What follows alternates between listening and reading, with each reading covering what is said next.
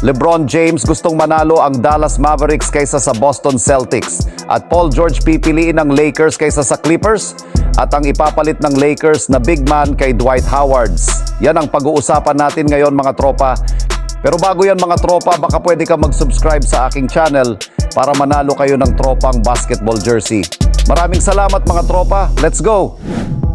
Dahil nga po mga tropa, 2 teams na lamang ang natitira ay hindi na nga po maiwasan pa ng mga NBA players, analysts at fans ang magkampihan kung sino ang mananalo at magkakampyon sa pagitan ng Boston Celtics at Dallas Mavericks. At ayon nga sa superstar ng Los Angeles Lakers na si LeBron James, ito na nga mismo ang nagsabi na mas papanigan nga po niya dito ang Dallas Mavericks. Ngayong gusto na nga nitong makakuhang muli ng championships ang kanyang dating teammates na si Kyrie Irving.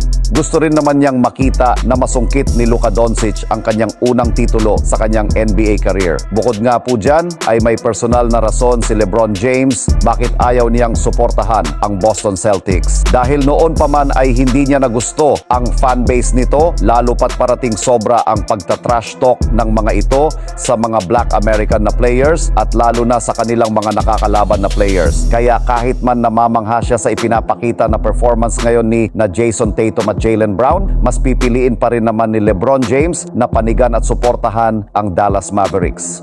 Samantala, NBA Finals na mga tropa, para maging part ka din ng games ay subukan lamang ang 1xBet.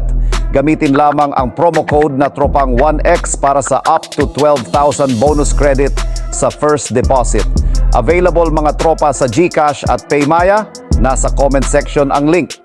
Paalala lamang mga tropa, make it fun and gamble responsibly.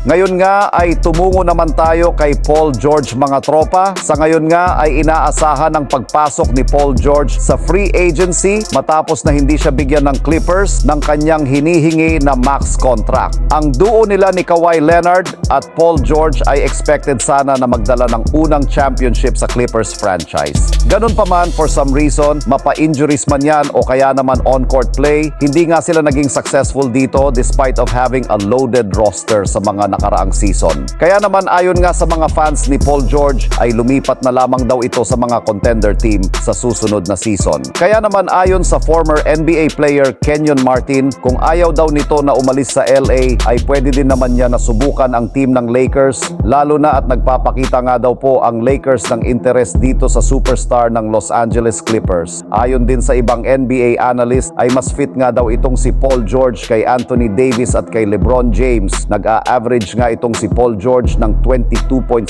points, 5.2 rebounds at 3.5 assists na may 47.1% field goal. Ano sa palagay nyo mga tropa? Saang team ba nababagay si Paul George? Pakikomento naman sa ating comment section.